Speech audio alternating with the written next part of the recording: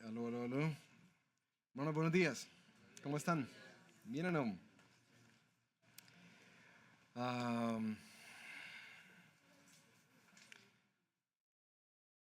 mm, Ustedes saben que estamos ahorita en una serie de predicaciones en torno a como a temas pastorales, ¿no? Así que no estamos siguiendo un libro de manera progresiva, sino que estamos tratando de abordar de una manera expositiva un tema en particular.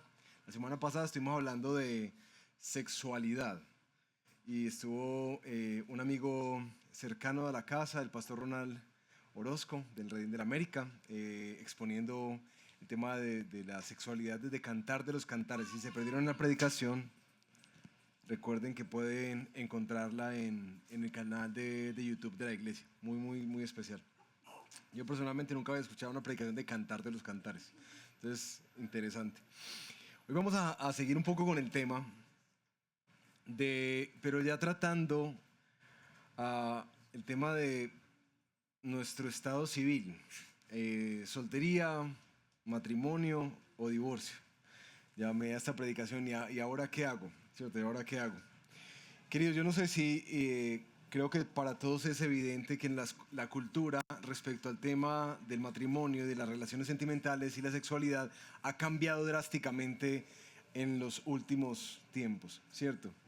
Para algunos sentimos como que hay un poco más de libertad y esa libertad ha llevado a una realidad de caos, ¿cierto? Como de cosas muy caóticas, muy desorganizadas.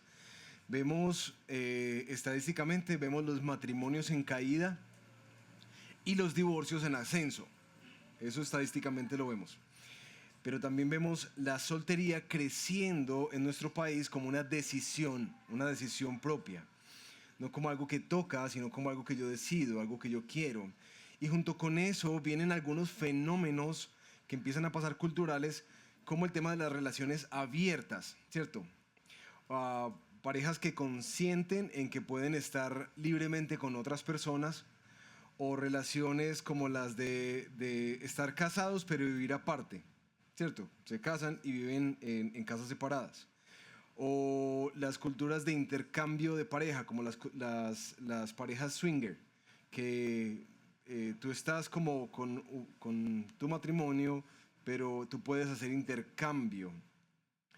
Y por otro lado, pues está el más común de todos, que es como una anarquía, lo han dicho como una anarquía relacional. Yo no quiero ningún tipo de compromisos en mi vida, yo simplemente voy a vivir sintiendo y haciendo lo que me hace feliz, en donde me siento auténtico, en donde me siento pleno en mi vida. Eso es básicamente la manera en que las relaciones sentimentales y la sexualidad se ha venido configurando en nuestro tiempo. La gran pregunta, dicen algunos expertos en el tema, es eso. Están tratando de analizar cada relación sentimental a la luz de esa pregunta. ¿Qué es lo que me hace sentir más pleno, más autorrealizado, más feliz, más auténtico para no traicionarme a mí mismo? Sí, esa es como la base conceptual de toda esta gama de tipos de relaciones que hemos venido observando. Y mis hermanos, como saben, es el contexto en el cual nosotros vivimos. Es decir, es la cultura que nos da forma a nosotros. Y no sé si han percatado que uno no solamente empieza a escucharlo, sino que uno empieza a sentir la agenda de discipulado en cualquier serie, novela o programa de televisión que uno encienda. Hay una agenda, ¿cierto? Hay una agenda. Ahora, la agenda no es nueva, ¿sí me entiendes? Uno podría rastrear algunos de estos fenómenos desde esa serie tan famosa, por allá casi en los 80, 90, de Friends, ¿cierto? Uno ya rastrea cosas y eso le dio forma a nuestra cosmovisión de vida. Ahora, junto con esta cultura estamos nosotros, quienes en esta etapa de nuestra vida anhelamos seguir a Jesús. Hay algo que nos ha atraído hacia Él, algunos están en este proceso de explorarlo, otros ya hace muchos años decidieron, no, Jesús es el Señor de mi vida, yo me rindo completamente a Él. Yo quiero que Él sea el que dé el paradigma sobre lo que yo evalúo va a ser bien o mal en mi vida. Pero vivimos en esta cultura. Entonces, cuando esta cultura viene, en últimas es donde nosotros somos sumergidos y formados, una pregunta que viene al que quiere caminar con Cristo es, ¿y yo cómo vivo esto? ¿Cierto? ¿Cómo se supone que yo viva esta normalidad? Ah, la predicación de hoy busca tratar pastoralmente este tema. ¿Cómo es que uno vive, sea que está soltero, sea casado, divorciado, viudo? ¿Cómo es que vive en medio de una cultura tan compleja como la que vivimos hoy en día? Ahora, para entrar a eso, yo quisiera orar. Porque sé que cuando hablo de relaciones sentimentales y sexualidad, hay demasiados puntos que vienen a nuestra mente, demasiados.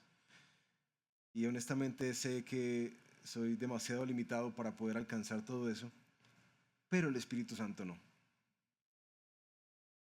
Así que quiero pedirle que nos guíe en esta mañana. Acompáñenme en oración, por favor.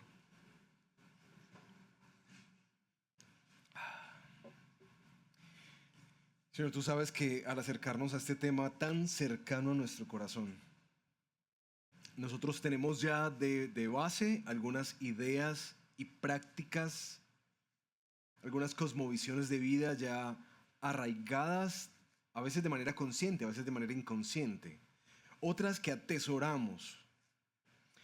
Y venimos hoy, Señor, con ellas a la luz de la cruz para pedirte, por favor, danos gracia para ver como tú ves. Pero danos fe para creerte también a ti en lo que has diseñado como bueno, agradable y perfecto. Nosotros juntos estamos aquí porque queremos rendir toda nuestra vida, cada área de ella, a tu señorío, también para cosechar vida de ti. Así que por favor, Señor, danos tu vida hoy también. Y háblanos a cada uno desde las situaciones particulares, circunstancias, ideas, historias, daños, proyectos que tenemos en mente. Solo tú, Espíritu Santo de Dios, puedes aplicar de forma particular la palabra a nuestra vida, y eso es lo que yo te pido que hagas. Pero también yo te pido, Señor, que por favor, con tu gracia y con tu amor nos pastorees hoy. Tú sabes que estos temas son temas sensibles y en muchos casos dolorosos. Y te pido por favor, con tu tacto, entra como un cirujano y trata nuestra vida hoy. Te lo pedimos en el nombre de Jesús. Amén.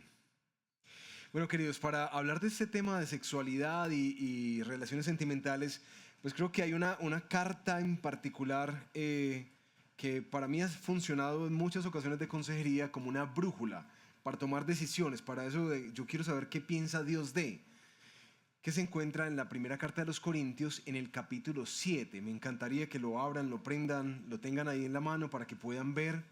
La extensión del pasaje de hoy es mucha, son 40 versículos. Por supuesto no vamos a alcanzar a ver en detalle todo lo que tiene esto. Realmente tiene suficiente material para hacer una serie por ahí de 4 o 5 predicaciones. Pero el día de hoy vamos a tratar de abordarlo de una manera muy concisa y quizás con el ánimo y el deseo de que genere hambre en ustedes por explorar más, ¿sí? Para entrar al texto, siempre necesitamos entender primero ¿qué? El contexto. Muy bien, voy ganando ahí. Muy bien, contexto, siempre el contexto. Ahora que hago, ahora que sigo a Jesús, ¿cómo debo vivir mis relaciones y mi sexualidad? Esa pregunta que nosotros traemos a la cotidianidad de nuestra vida es la misma pregunta que tenían los hermanos de la iglesia cristiana en Corinto, exactamente la misma. Corinto era una ciudad portuaria que era famosa, imagínense por qué, el libertinaje sexual, la prostitución, el placer, la ruptura relacional y los excesos. Le dio un título particular, le dio luz a un título en particular o a un verbo que era corintianizar. Yo sé que muchos conocen ya esto, que era, significaba vivir desenfrenadamente la vida. Eso era corintianizar. De hecho, era como un apelativo para la gente que era muy liberal. O sea, uy, vos sí sos muy corintio, ¿no? Así. Resulta que en la cultura los matrimonios se daban por conveniencia social, por placer, amor también, pero se vivían de manera normal con una doble moral, especialmente para los hombres, quienes de entrada las mujeres sabían que ellos tenían un permiso para poder tener relaciones con las prostitutas en términos de adoración o en términos de diversión. Adoración porque había cultos que incluían la prostitución como parte de la adoración a ese Dios, ¿sí? Como parte de diversión o placer, y también podrían tener amantes y también podrían tener a sus siervas a su disposición. Las siervas de los romanos en este imperio eran de alguna manera utensilios a disposición del pater familias, ¿cierto? El jefe de casa y de quien él quisiera disponérselas. El divorcio también era una realidad muy común, era muy fácil y era muy común dentro de la época que las personas se divorciaran. Y esto es importante porque a veces nosotros traemos el contexto de Antiguo Testamento para leer estas prácticas del Nuevo Testamento. Y no, aquí la sociedad era muy liberal. Había bastante facilidad para disolver un casamiento o un matrimonio según la ley romana y volverse a casar sin ningún problema. ¿Sí? Así que básicamente se parecía mucho a Medellín. Ahora había otro extremo. En medio de una cultura de mucho libertinaje, el otro extremo era una serie de maestros que Pablo llama en la carta de los Corintios como esos súper espirituales, arraigados en una filosofía dualista platónica donde el cuerpo es malo y el espíritu es bueno, que empezaron a filosofar y a enseñar a la cultura que como el cuerpo es malo, entonces había dos pendientes. Uno, como el cuerpo es malo, uno no debería enredarse en ese tema de la sexualidad. Más bien, ser asceta, ¿cierto? Uno separarse de todos los placeres corporales, incluido el sexual, sea que estés soltero o sea que estés casado. Entonces se daba la idea de que personas casadas también se abstenían del sexo porque era algo malo. ¿Listo? Pero por el otro lado, esta misma idea daba a luz en la cultura como que, bueno, pero si el cuerpo no importa porque es malo, pues entonces hagamos con el cuerpo lo que sea. ¿Cierto? Hagamos lo que sea. Es solamente sexo. Y en ese momento aparece la gran pregunta dentro de la iglesia. Entonces, ¿nosotros qué? ¿Qué debemos hacer? ¿O el libertinaje porque pues el cuerpo no importa? ¿O el ascetismo y el guardarnos porque es más espiritual? ¿Qué tenemos que hacer? Entonces, el pasaje que estudiamos hoy es literalmente la respuesta a esa pregunta de parte de los hermanos en Corinto. Le escribieron a Pablo, Pablo, ¿qué debemos hacer? Es que le escribieron. Escribieron a Pablo, Pablo, ¿qué debemos hacer? Y Pablo responde en todo este capítulo cómo vivir en este mundo. ¿Cómo vivimos nuestra sexualidad? ¿Es el sexo antiespiritual? ¿Es mejor estar soltero? ¿Es mejor estar casado? ¿Yo debería divorciarme de alguien que no camina con Jesús o no? ¿Qué debo hacer? El texto está compuesto para contestar un montón de preguntas que no conocemos, pero que se pueden intuir fácilmente al leer el capítulo. Así que hoy vamos a entrar particularmente a estudiar este texto en el marco de 3 punticos. En cómo es que Cristo redefine nuestra vida, como pusimos la serie, una vida en orden, cuando Cristo pone todo en su lugar. ¿Cómo es que Cristo redefine nuestra sexualidad? ¿Cómo Él redefine nuestros pactos? Y cómo Él redefine nuestra identidad y propósito. ¿Listo? Te vamos a meternos. Capítulo 7, versículo 1. Cristo redefine nuestra sexualidad. En cuanto a las cosas que me escribieron, bueno es para el hombre no tocar mujer. No obstante, por razón de las inmoralidades, que cada uno tenga su propia mujer y que cada una tenga su propio marido. Que el marido cumpla su deber para con su mujer e igualmente la mujer cumpla con el marido. La mujer no tiene autoridad sobre su propio cuerpo, sino el marido. y asimismo el marido no tiene autoridad sobre su propio cuerpo, sino la mujer. No se priven el uno al otro, excepto de común acuerdo y por cierto tiempo para dedicarse a la oración. Vuelvan después a juntarse a fin de que Satanás no los tiente por causa de falta de dominio propio. Pero esto lo digo por vía de concesión, como un permiso o consejo, y no como una orden.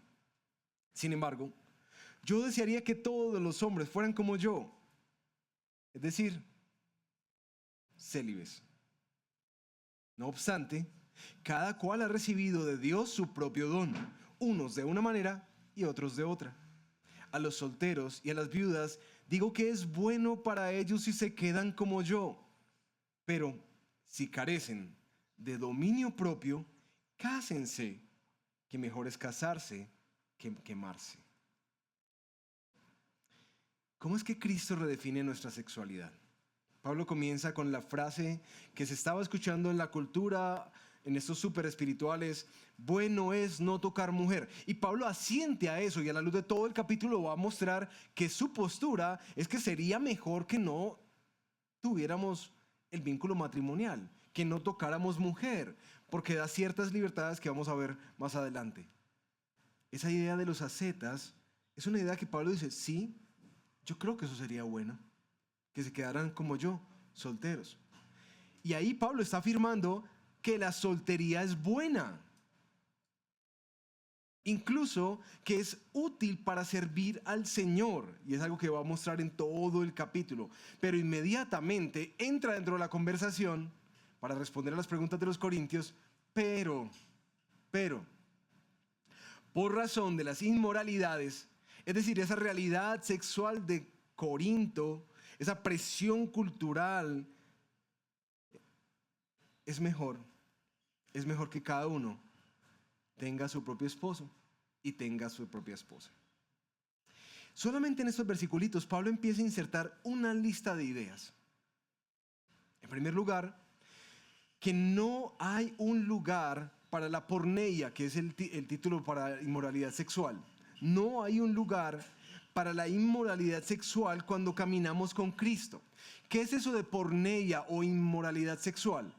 Es toda práctica sexual fuera del diseño santo de Dios para el pacto matrimonial.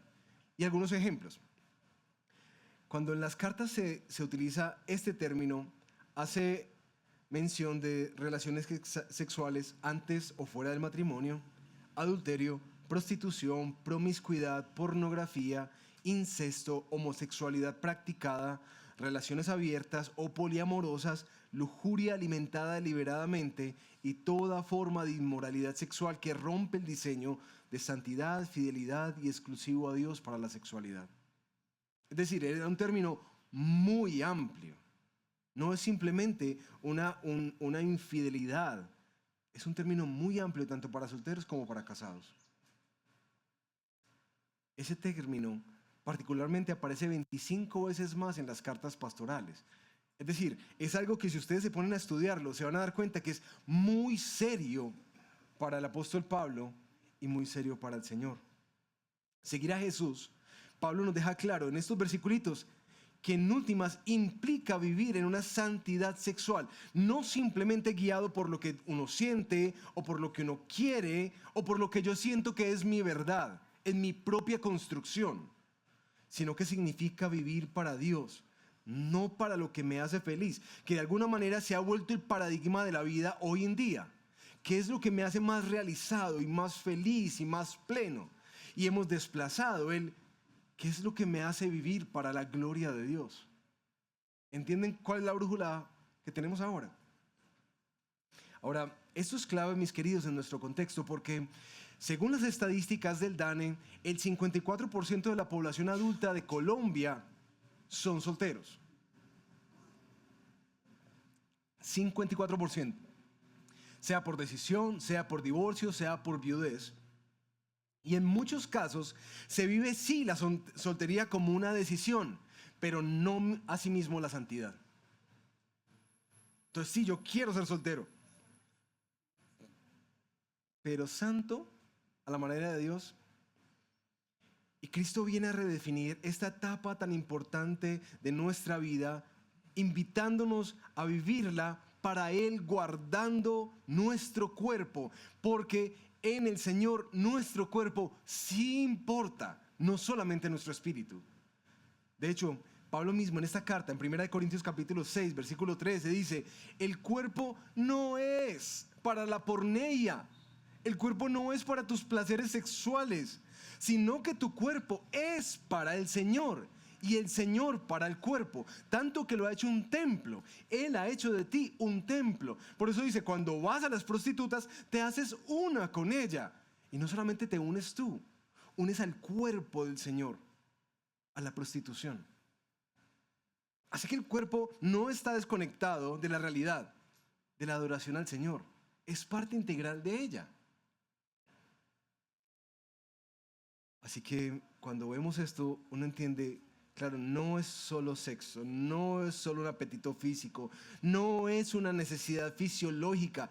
Mis queridos, una de las cosas que tenemos que entender en el término de la sexualidad y de la intimidad sexual es que siempre nuestro corazón está siendo impulsado por algo, algo se anhela detrás de eso. Algo siempre se anhela, pero se está buscando en los lugares equivocados. Ese es el tema. La invitación del Señor es: guárdate en santidad para Él y sacia en Cristo eso que quizás erróneamente has estado buscando en otras personas, en otros sitios web, en otras prácticas. Esa necesidad de pertenecer, de sentir amor, de sentir seguridad, es lo que Cristo es para todo aquel que viene a saciarse en Él.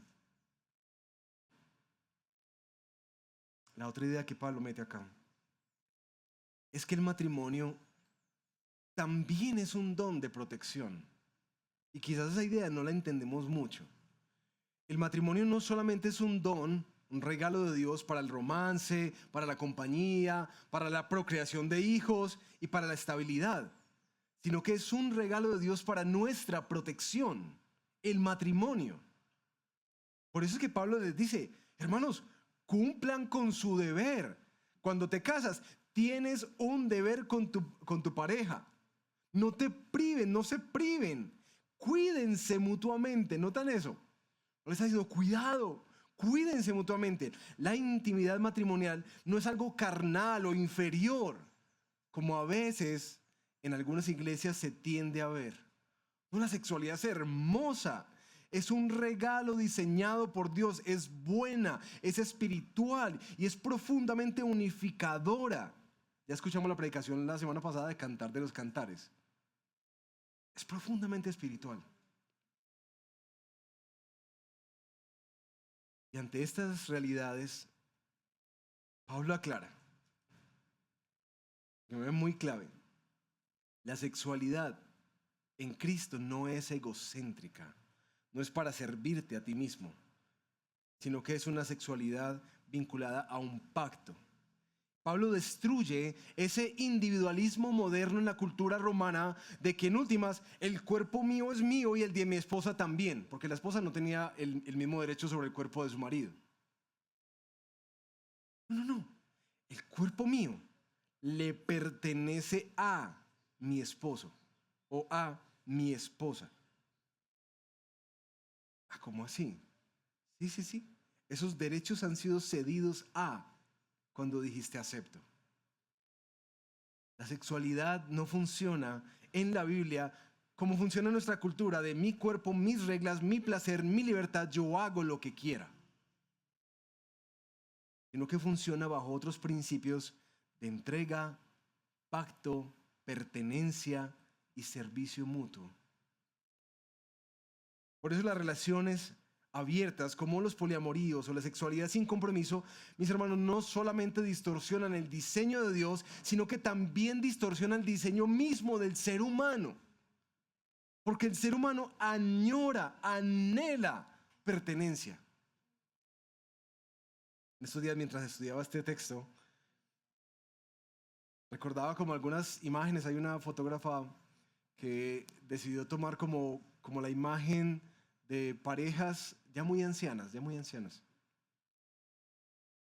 Y yo veía esas fotografías. Decía, esto no es una programación mental, como dicen, no es que Disney con las princesitas nos programaron para estar casados. Hay algo en el corazón que añora eso. Cuando uno ve a un par de viejitos sonriendo, caminando de la mano, hay algo en nuestro corazón que no es programático, es de diseño. Por eso todo este tipo de corrientes distorsionan la belleza. Yo pensaba, yo decía, ¿cómo será este viejito con dos viejitas? No, la foto no me da. Hay algo internamente que inmediatamente empieza. Y no es porque sea cristiano. Si hago esa evaluación cultural, también. De hecho, alguien me envió hace unos meses un podcast de una pareja que estaba hablando mucho del poliamorío y no sé qué, vinculado con la bendición de Dios para eso, porque esa es la distorsión. Y esa es la programación que nos están metiendo. Yo decía, ¿qué es esto tan loco? ¿Cómo llegamos ahí? Muchas veces detrás de esas prácticas distorsionadas, lo que yo rastreo son heridas y miedos al abandono. Son búsquedas de validación, temores al compromiso, necesidades de control o cuando ya hay un agotamiento emocional que es como lo que sea. Por lo general, uno raspa eso, raspa. Yo sé que la carátula es bonita y como la pintan en las series es bonita. Uno raspa. Una distorsión. Por más liberal que uno quiera ser, porque esa es la cosa de la condena hacia la iglesia y hacia la fe. Es que no es que son muy retrógrados, son muy tradicionales. No me metas ese cuento aquí. Muy difícil de procesar. Esa no es la imagen que yo añoro en mi vida. Por dentro, cada uno anhela ser amado y amar, y pertenecer, pero en un espacio de monogamia. Sé que algunos me dirán, pastor, pero Abraham tenía y Jacob también tuvo. Mis hermanos, una cosa que yo quisiera como aclararles es que en la Biblia arranca el diseño de la monogamia en Génesis. Y así termina en Apocalipsis. Y es corregido de manera tajante e intencional en los profetas menores, especialmente en Malaquías, cuando empiezan a meter otras personas. Dios nunca valida eso. Dios nunca valida una pluralidad. Eso es un hábito de pecaminoso que se corrige en el Nuevo Testamento. De hecho, a partir del Antiguo Testamento al finalizar. Cierra la claridad. La otra idea que encierta Pablo. La intimidad también necesita protección. ¿Protección de quién? ¿Quién anda por ahí? Satanás. No se priven el uno al otro para que Satanás no los tiente. ¿Sí? Y aquí Pablo muestra que cuando la intimidad sexual en un matrimonio se descuida, se castiga, se vuelve la moneda de cambio transaccional o se reemplaza por el afán de cada día y la ocupación de la vida, cuando eso pasa, el corazón de la pareja queda vulnerable a la tentación. Escuchen esto. Cuando la intimidad sexual dentro de tu relación matrimonial no está funcionando bien, estás en una zona muy peligrosa. Estás en una zona de vulnerabilidad. Pero Pablo aclara que la intimidad sexual no solamente es un regalo para tu protección como esposo, como esposa, para tu protección,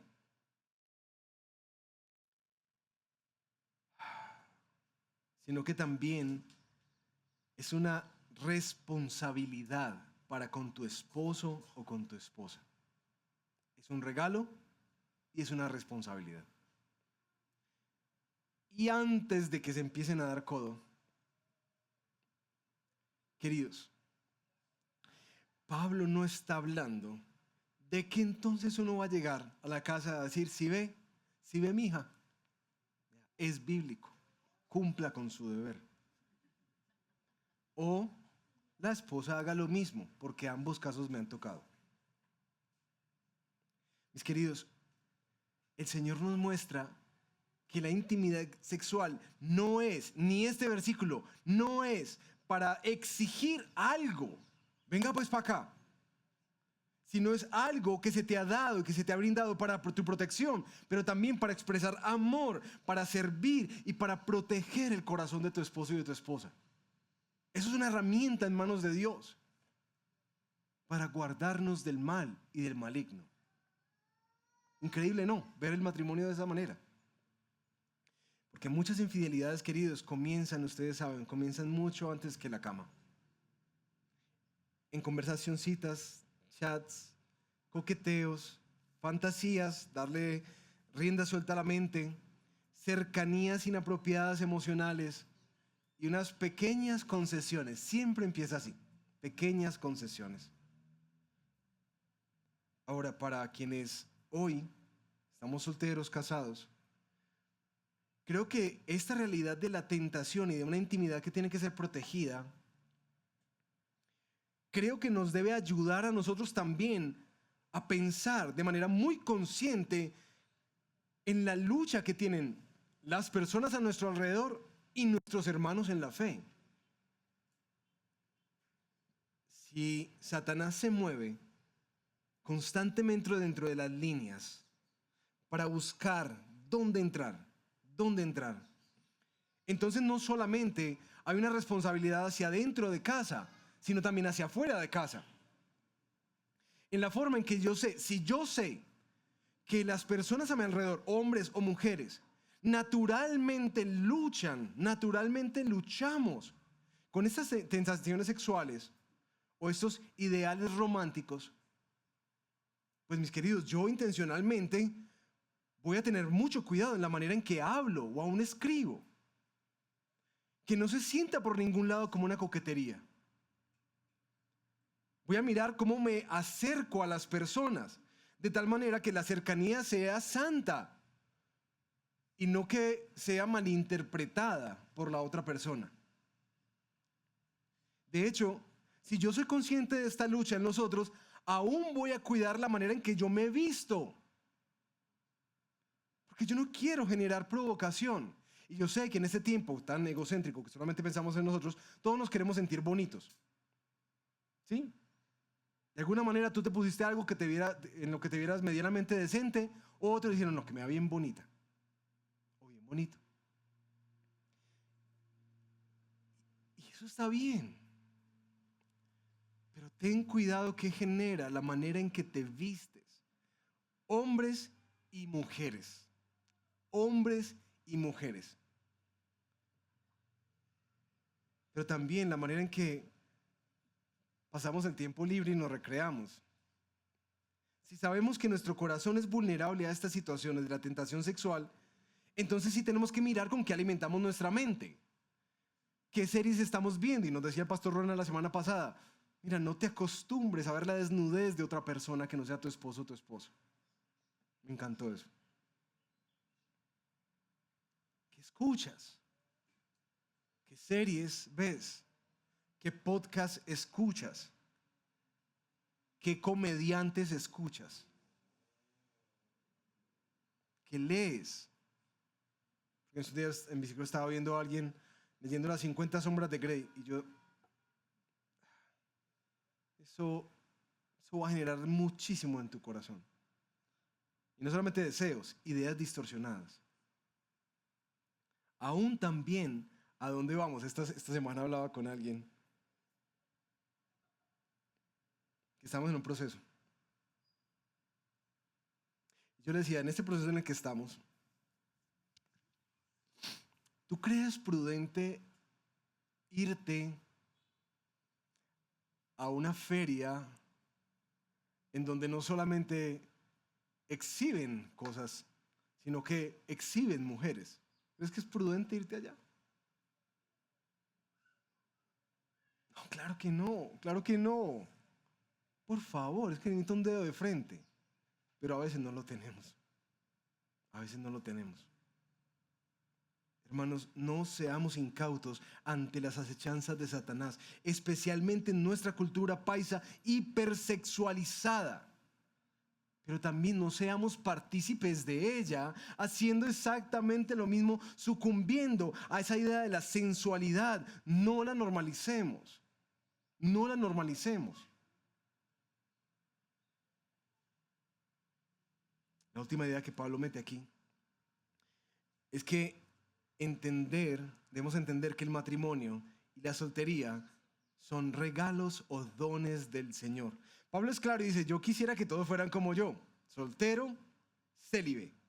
Pero luego declara, cada uno tiene un don de parte del Señor. Así que debemos entender que la soltería no es, mis hermanos, una maldición como a veces dentro de la iglesia cristiana se hace ver. Sino que la soltería también puede ser un regalo de Dios para toda tu vida. O también puede ser un regalo temporal para que vivas para Dios. Pero también nos ayuda a entender que el matrimonio no es la meta suprema de la vida, también como se vende dentro de la iglesia cristiana. No, eso no es la meta suprema de la vida. Es hermoso, pero no te hace ni más espiritual ni más completo. Eso sí deja claro que solamente hay dos dones: el matrimonio y la soltería. Pero la inmoralidad sexual no es un llamado de Dios, ni un don de Dios. No hay otro camino. ¿Sí? Pastor, ¿y yo cómo sé que Dios me llama a la soltería o al matrimonio? ¿Cierto? Es una pregunta que me han hecho en el camino. Yo creo que es simple. ¿Tú puedes dominar tus impulsos sexuales? ¿Puedes dominarte a ti mismo? ¿Vivir para el Señor? ¿Cierto? No, eso sí es muy duro. Entonces, bueno, eso no es un don. Sencillo. Bueno, ¿y entonces qué hago si yo no encuentro? Bueno, yo me quiero casar, pero yo no encuentro. En una cultura que ha tenido ese problema, particularmente en los jóvenes profesionales solteros, cada vez son más crecientes. Mis hermanos, según este texto, vivan plenamente dedicados al Señor. Así, vivan plenamente dedicados al Señor, recordando que las relaciones sexuales, por favor, no, entiendan esto, no son una necesidad fisiológica. Pastor, pero Maslow la puso en la pirámide como necesidad. No. Él mismo reflexionó lo complejo que era meter la sexualidad dentro de una necesidad fisiológica. Porque la necesidad fisiológica es aquella en la cual, sin hacerla, tú te mueres. Cómo respirar, cómo comer, cómo dormir. Eso es una necesidad fisiológica. Pero tú sí puedes vivir sin tener relaciones sexuales.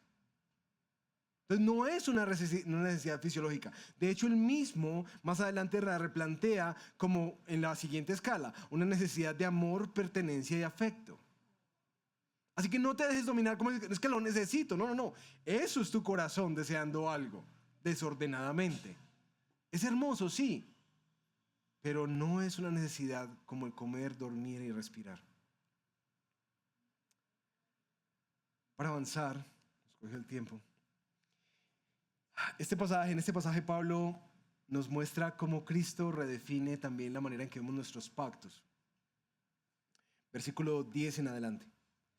A los casados instruyo no yo, sino el Señor. Esa es la única anotación que aparece como un mandato directo de Dios. Los otros son concesiones o consejos pastorales de parte de Pablo. Que la mujer no debe dejar al marido, pero si lo deja, quédese sin casar, o de lo contrario, que se reconcilie con su marido, y que el marido no abandone a su mujer. Pero a los demás digo yo, no el Señor, que si un hermano tiene una mujer que no es creyente, y ella consiente en vivir con él, no la abandone. Y la mujer cuyo marido no es creyente, y él consiente vivir con ella, no abandone a su marido. porque el marido que no es creyente es santificado por medio de su mujer, y la mujer que no es creyente es santificada por medio de su marido creyente. De otra manera, sus hijos serían inmundos, pero ahora son santos. Sin embargo, el que no es creyente se separa. Sí, el que no es creyente se separa, que se separe. En tales casos, el hermano o la hermana no están obligados, sino que Dios nos ha llamado para vivir en paz. Pues, ¿cómo sabes tu mujer si salvarás a tu marido? ¿O cómo sabes tu marido si salvarás a tu mujer?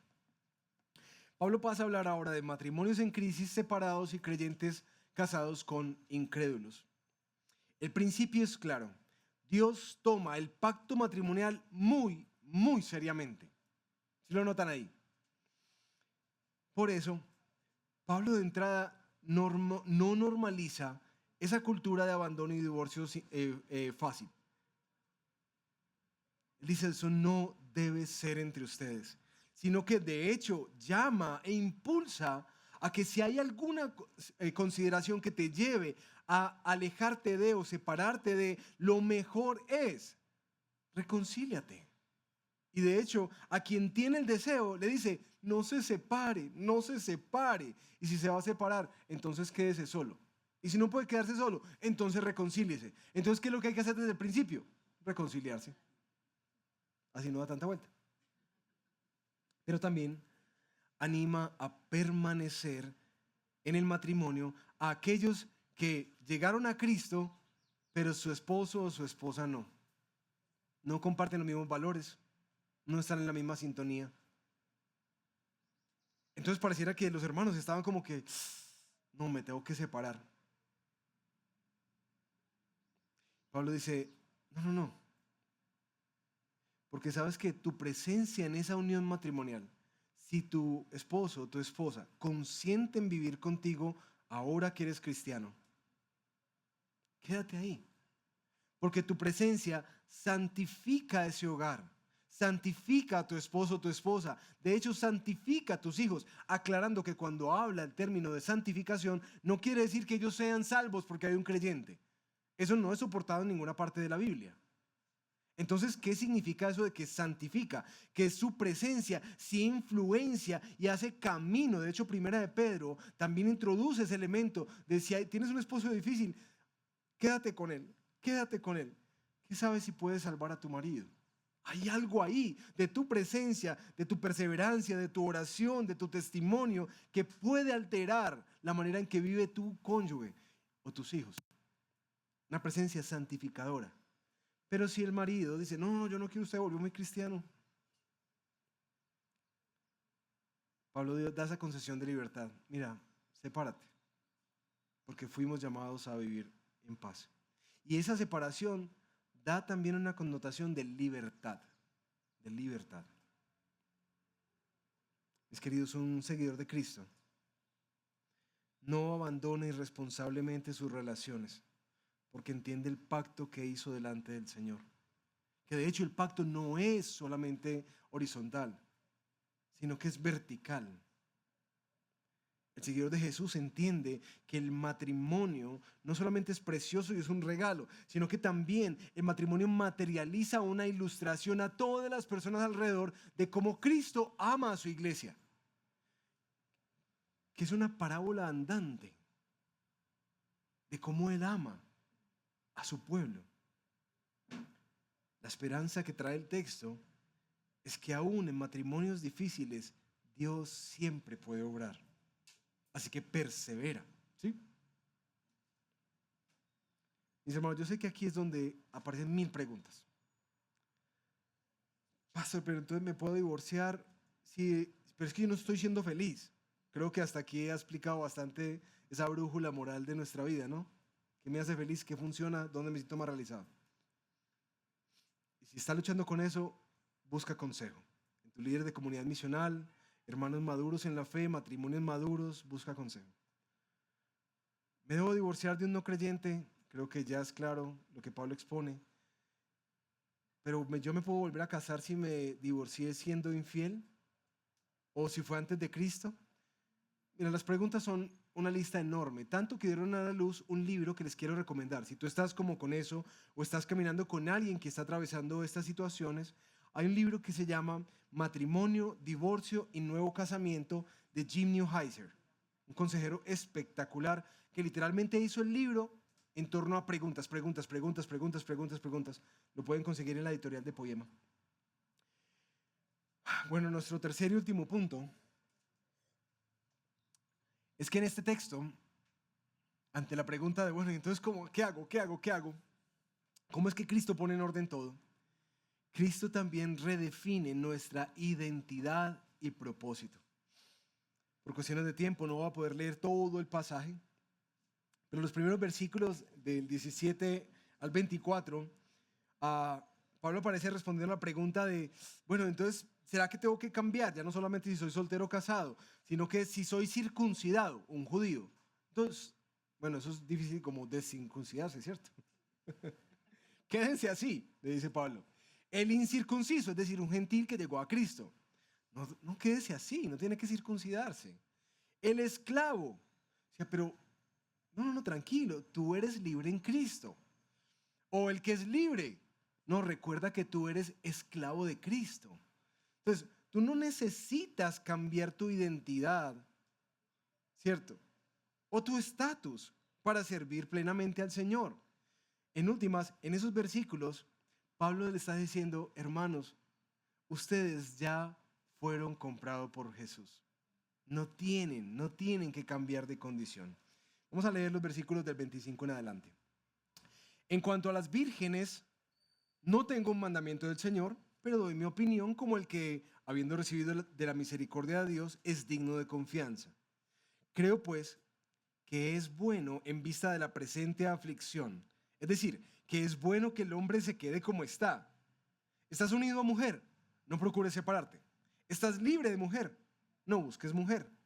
Y si te casas, no has pecado. Y si una virgen no se casa, no ha pecado.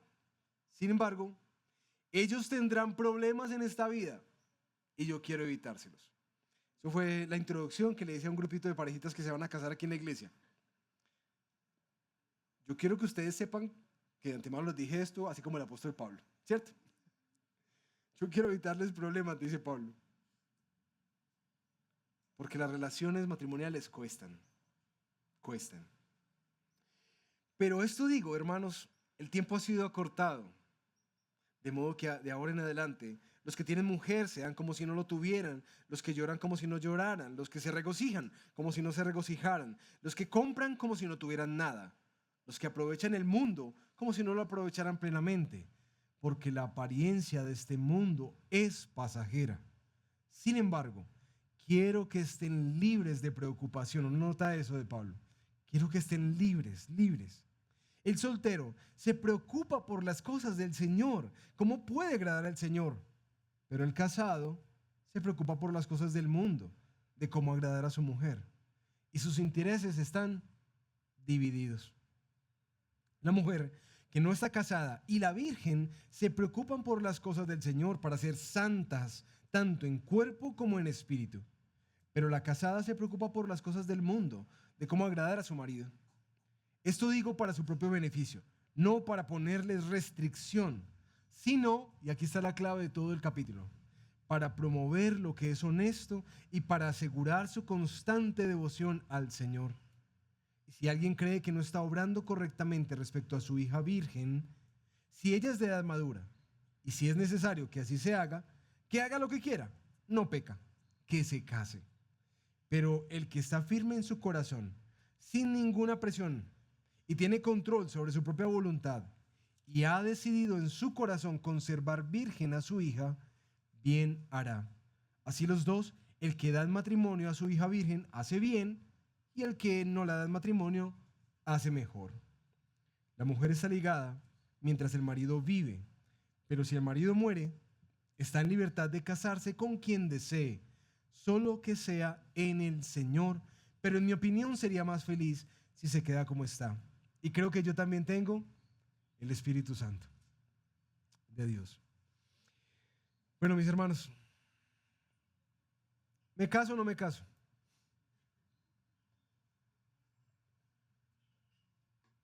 Pablo termina diciendo, recuerden, el tiempo es corto.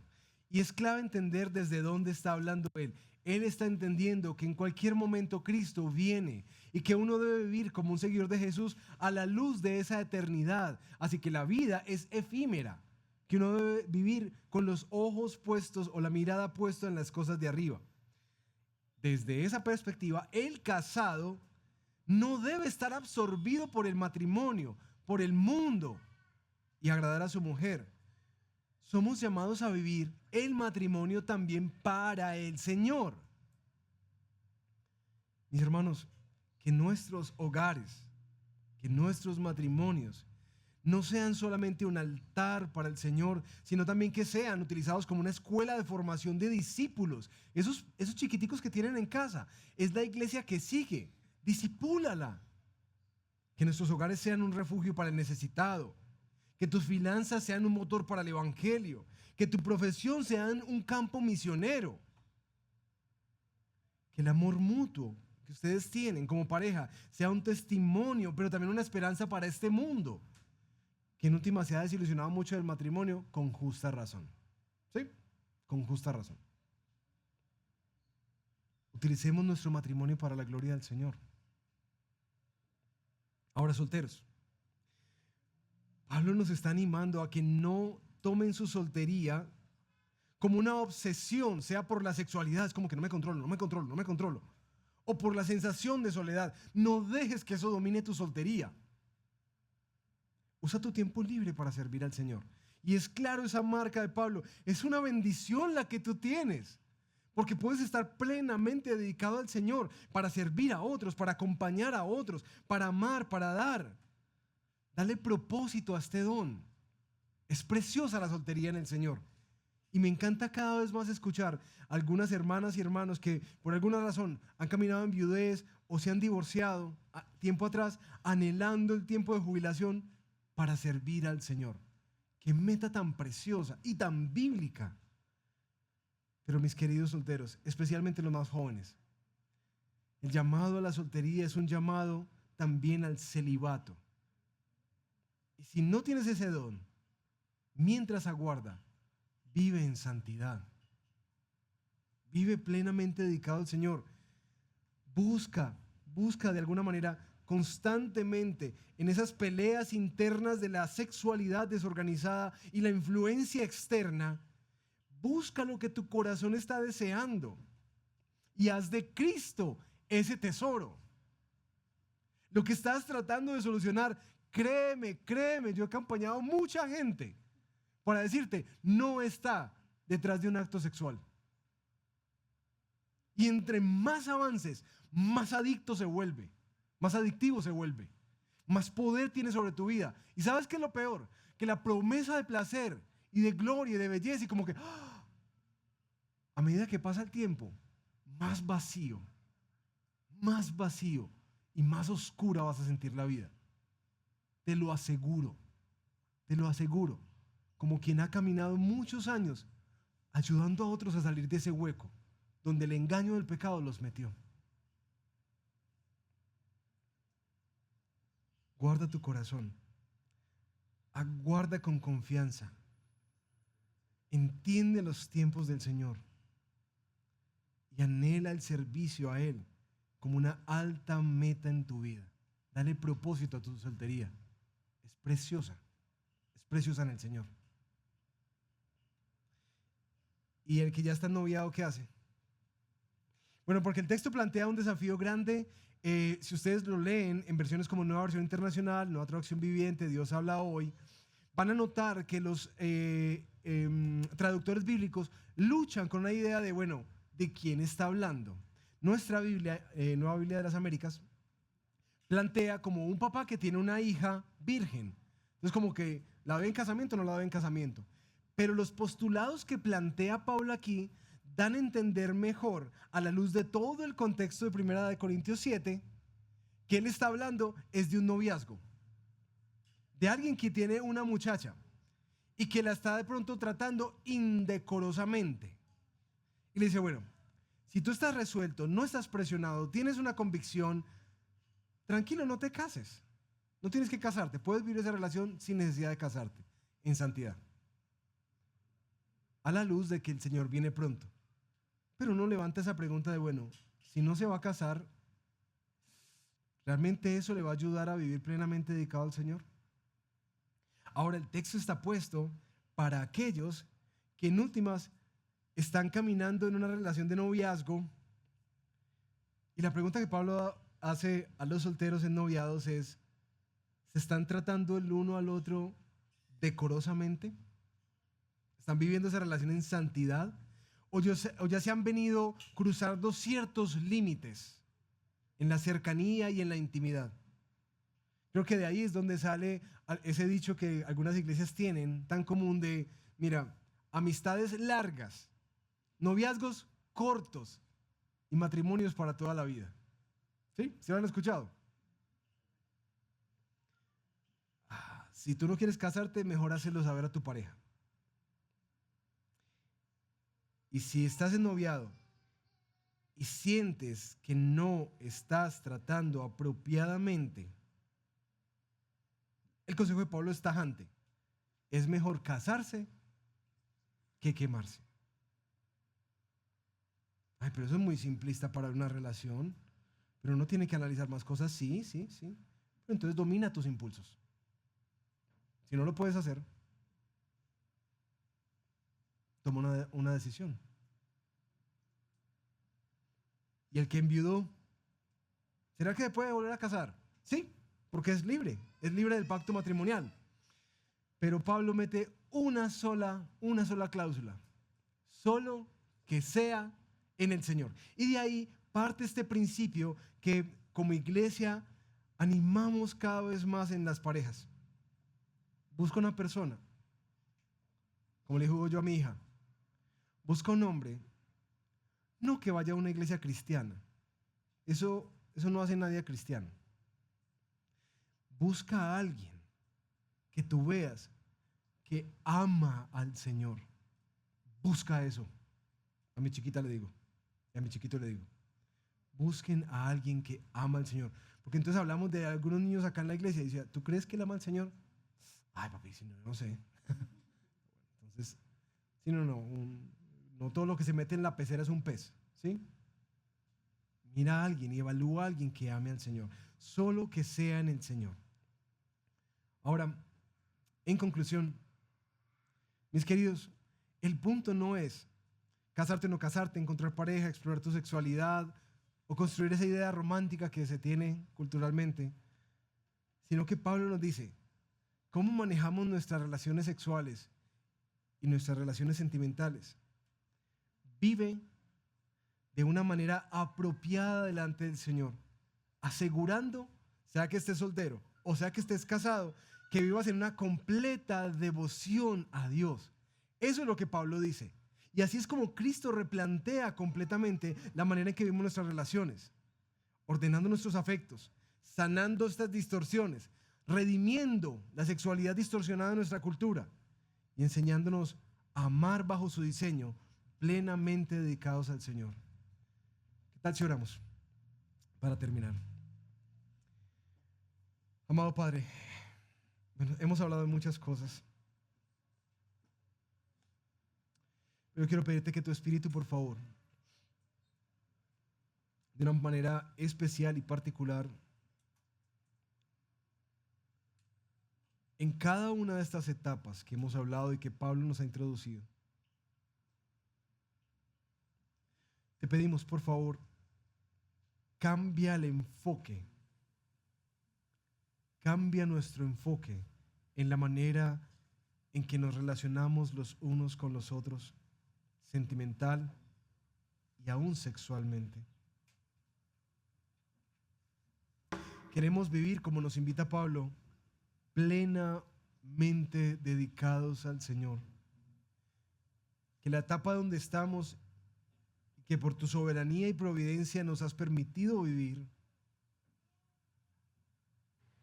sino que sea una etapa donde podamos ver, obrar en nuestra vida, pero también saciar la profunda búsqueda que hay detrás de cada relación sentimental y detrás de cada relación sexual. tú eres el agua que sacia la sed. Y te pido que traigas libertad de esas otras fuentes en las que hemos estado buscando amor, pertenencia, seguridad, significado. Te pido, Espíritu Santo, por favor, ven y revela, pero también ven y trae libertad, y junto con ella tu plenitud a la vida de mis hermanos y hermanas. Eso te lo ruego en Cristo Jesús. Amén.